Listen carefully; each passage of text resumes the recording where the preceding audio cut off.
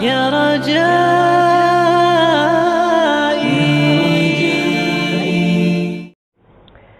یہ کہتی ہیں کہ یہ کہنا نور من نور اللہ، کیا یہ صحیح ہے؟ دیکھیں پہلے سمجھ لیں کہ حضرت جابر رضی اللہ تعالیٰ عنہ کی روایت ہے کہ نبی کریم صلی اللہ علیہ وسلم سے پوچھا گیا کہ یا رسول اللہ صلی اللہ علیہ وسلم سب سے پہلے اللہ تبارک و تعالیٰ نے کس چیز کو پیدا فرمایا؟ تو رحمت کونین صلی اللہ علیہ وسلم نے ارشاد فرمایا کہ سب سے پہلے اللہ تعالیٰ نے اپنے نور سے تمہارے نبی کے نور کو پیدا کیا۔ مصنف عبد الرزاق کے اندر یہ موجود ہے روایت، آپ وہاں ملاحظہ کر سکتے ہیں، مستند روایت ہے، ایسا نہیں ہے کہ کماد اللہ ضعیف روایت ہو، یہ اچھی مستند روایت ہے۔ تو جب نبی کریم صلی اللہ علیہ وسلم نے خود یہ الفاظ ارشاد فرما دیے کہ اللہ نے اپنے نور سے اپنے نبی کے نور کو پیدا کیا، تو پھر اس کو اگر یوں کہیں کہ نور من نور اللہ، یعنی ایک ایسے نور ہے جو اللہ کے نور سے ہے، تو پھر یہ گویا کہ حدیث کے الفاظ کو ہی عربک میں اس طرح تبدیل کر کے بیان کر دیا گیا ہے، یعنی نور من نور اللہ کہہ کر ان الفاظ کے ساتھ بیان کر دیا گیا ہے۔ اگر ہمارے آقا صلی اللہ علیہ وسلم اس کے بارے میں کلام نہ فرماتے تو کسی کی جرت نہیں تھی کہ سرکار کی طرف نور کی نسبت کرتا، لیکن جب خود ہمارے نبی کریم صلی اللہ علیہ وسلم نے ارشاد فرما دیا اور ان چیزوں کا تعلق ہمارے عقائد سے ہے اور عقیدہ حدیث سے بھی ثابت ہوتا ہے، تو جب اللہ کے نبی نے خود بیان فرما دیا تو اس اعتبار سے اس کو صحیح ماننا ضروری ہو گیا کہ ہمارے آقا صلی اللہ علیہ وسلم کا کلام ہے۔ ہاں یہ الگ بات ہے کہ اس کی حقیقت کیا ہے، اس کی حقیقت کی گہرائی تک ہم نہیں پہنچ سکتے۔ ہمارے اکابری نے بلا تمثیل سمجھانے کے لیے بیان فرمایا کہ یہ نہ سمجھا جائے کہ معاذ اللہ ثم معاذ اللہ اللہ تعالیٰ نے اپنے نور کے ٹکڑے کیے اور ایک ٹکڑے سے سرکار کا نور بن گیا، ایسا نہیں ہے، بلکہ اس سے سمجھانے کے لیے بلا تمثیل بیان کرتے ہیں کہ اگر ایک آپ موم بتی جل رہی ہو اور ایک بجھی ہوئی موم بتی اس کے قریب لے جا کر اس کو جلا لیں، تو بتائیے کہ جو پہلے جلتی ہوئی موم بتی ہے اس کے شعلے میں کیا کمی آئی؟ کچھ بھی نہیں، حالانکہ اس سے دوسری روشن ہو گئی۔ تو بس یہ اس کی حقیقت اور ماہیت تک ہم نہیں پہنچ سکتے۔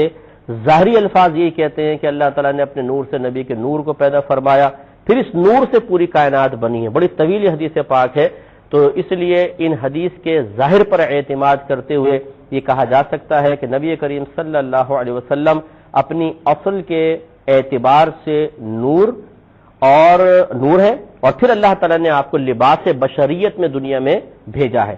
لہٰذا اگر سرکار صلی اللہ علیہ وسلم کی طرف اس حدیث کا اعتبار کرتے ہوئے نور ہونے کی نسبت کی جائے تو اس سے آپ کی بشریت کا انکار لازم نہیں آتا ہے، کیونکہ ہمارا عقیدہ ہے کہ ہر نبی بشر ہے، جو نبی کی بشریت کا انکار کرے وہ کافر ہو جائے گا، یاد رکھیے، کیونکہ قرآن سے نبیوں کو بشر کہا گیا ہے، ثابت ہے قرآن سے کہ انبیاء علیہ السلام بشریت رکھتے تھے، لہذا کسی بھی نبی کی بشریت کا انکار کرنا کفر ہے۔ سرکار صلی اللہ علیہ وسلم کی طرف اگر نور کی نسبت کی جاتی ہے تو آپ کی اصل کے اعتبار سے کہ پہلے اللہ تعالیٰ نے آپ کو بشکل نور پیدا فرمایا، اس کے بعد وہ نور لباس بشریت میں دنیا میں تشریف لایا ہے۔ یہی مسلمانوں کا عقیدہ ہے جو ہم نے آپ کی خدمت میں عرض کیا، اور میں تھوڑی سی ضمناً یہ بات عرض کر دیتا ہوں کہ جب نبی کریم صلی اللہ علیہ وسلم پر بشریت کا غلبہ رہا تو تقاضائے بشریت بھی ہوئے ہیں، آپ کو بھوک بھی محسوس ہوئی ہے، آپ کو پیاس بھی لگی ہے، آپ نے نکاح بھی فرمایا ہے، ہمارے آقا صلی اللہ علیہ وسلم سوئے بھی ہیں، یہ تمام امور ہیں، لیکن جب آپ پر نورانیت کا غلبہ ہوا ہے تو آپ ان تمام تقاضوں سے بے نیاز نظر آتے ہیں، جیسے کہ میرے آقا صلی اللہ علیہ وسلم نے ایک مرتبہ بغیر افطار کے لگاتار روزے رکھے اور آپ کی صحت پہ کوئی فرق نہیں پڑ رہا ہے۔ صحابہ کرام نے آپ کی اتباع میں روزے رکھنے شروع کیے، کچھ روزوں کے بعد صحابہ کرام کی حالت غیر ہو گئی، نبی کریم صلی اللہ علیہ وسلم نے دوران نماز محسوس فرمایا کہ کچھ صحابہ نقاہت کی وجہ سے زمین پہ تشریف لے آئے ہیں، سرکار فارغ ہوئے تو فرمایا کہ میں تمہیں کیا دیکھتا ہوں کہ تم اتنے نقاہت زدہ ہو؟ عرض کیا رسول اللہ صلی اللہ علیہ وسلم آپ نے لگاتار روزے رکھے، افطار درمیان سے ترک کیا، ہم نے بھی آپ کی اتباع میں ایسا کر لیا، تو رحمت کونین صلی اللہ علیہ وسلم نے ارشاد فرمایا تم کھاؤ اور پیو اس لیے کہ مجھے تو میرا رب کھلاتا پلاتا ہے، اور پھر فرمایا کہ تم میں میری مثل کون ہے۔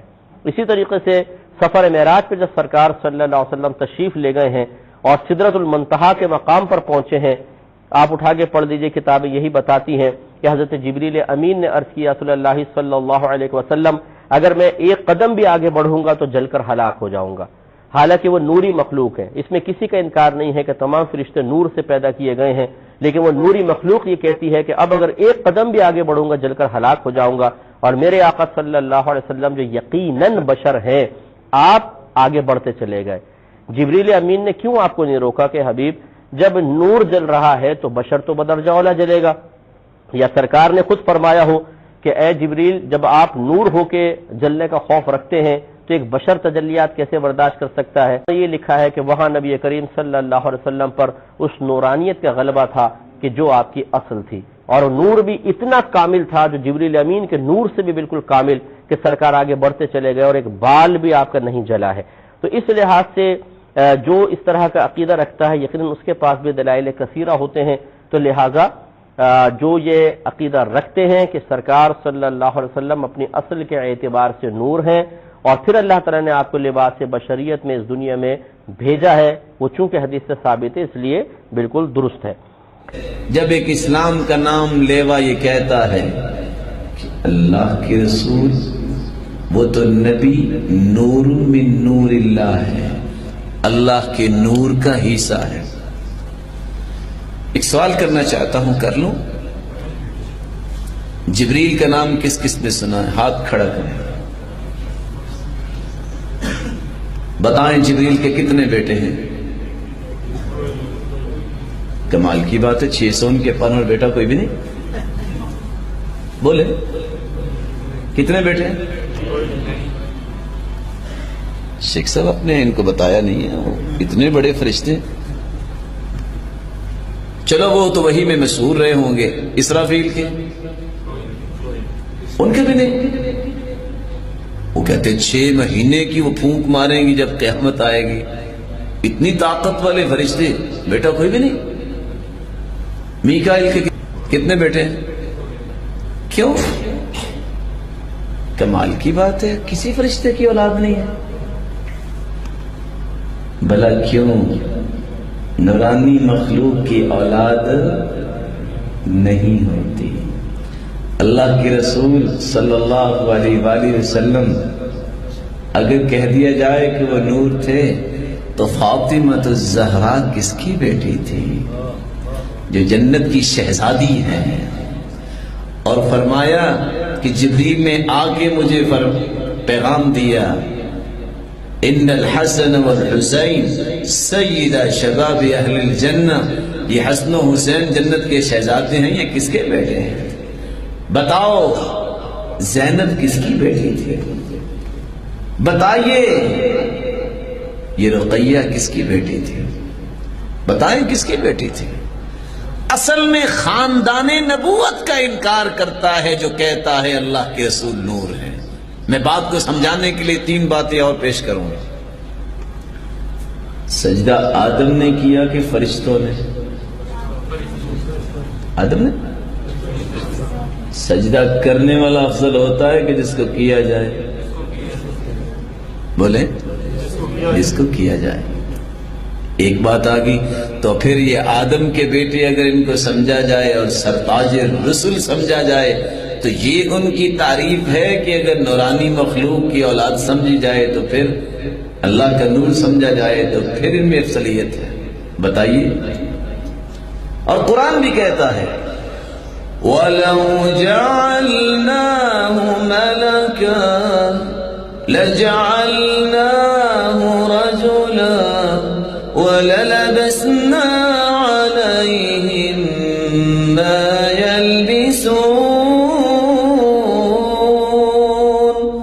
اگر ہم کسی نبی کو، فرشتے کو نبی بنا کے بھیج دے تو اس کو بھی ہم نے انسانی شکل میں بھیجنا تھا، مگر نہ اگر فرشتہ نبی بن جاتا تو سب نے ڈر ہی جانا تھا۔ 600 پر اگر جبریل نبی بن کے آ جاتے تو ان کی آپس میں مانوسیت ہوتی۔ اللہ فرماتے ہیں اس کو بھی ہم نے انسان کی شکل میں بھیجنا تھا، تاکہ مقصود یہ ہے اللہ کے احکام کو پہنچانا۔ قرآن کی چند آیتیں میں پڑھنا چاہوں گا، جو حافظ ہے ذرا وہ ہاتھ کھڑا کریں۔ کوئی ہے حافظ قرآن؟ سبحان الذی اسرا، آگے بنوری ہی۔ ہاتھ تو آپ نے کھڑا نہیں کیا، آپ کو کیسے یاد آ گیا؟ سبحان الذی اسرا، آگے پاک ذات ہے وہ جس نے نور کو سیر کروائی کہ اپنے بندے کو بعبده ليلا من المسجد الحرام إلى المسجد الأقصى. اب قرآن کی آیت کو میں کیا کروں؟ یہاں لفظی عبدی ہی ہے، شاید عبد کا مطلب نوری ہو، یہ تو نہیں کہیں. دوسری جگہ اللہ رب العزت فرماتے ہیں قل ان کنتم فی ریب مما نزلنا علی نوری نا آواز نہیں آ رہی. عبد کا مطلب کیا ہے؟ قرآن پڑھ رہے ہیں علی عبدنا على عبدنا فأتوا بسورة من مثله وادعوا شهداءكم من دون الله إن كنتم صادقين. مکے والو، اگر تمہیں اس بات میں شک ہے جو ہم نے قرآن نازل کیا اپنے بندے پہ، اور قرآن کیا کہتا ہے؟ اقرأ باسم ربك الذي خلق خلق الإنسان من علق اقرأ وربك الأكرم الذي علم بالقلم علم الإنسان ما لم يعلم. آگے کون سنائے گا؟ کسی کو یاد ہے سورہ؟ كلا إن الإنسان ليطغى أن رآه استغنى إن إلى ربك الرجعى أرأيت الذي ينهى نورا إذا صلى بولے عبدا إذا صلى. قرآن کہہ رہا ہے. اپنے پاس سے تو بات کرنا جائز بھی نہیں اور ہماری جرت بھی نہیں ہے کہ ہم ایک کلمہ بھی پیش کر سکیں اور ہماری حیثیت بھی کوئی نہیں ہے. عبدا اذا صلى. تو جب کوئی یہ کہہ دیتا ہے کہ اللہ کے رسول نور ہیں، اسلام کی دیوار گر جاتی ہے، وہ خاندان نبوت کا انکار کر دیتا ہے.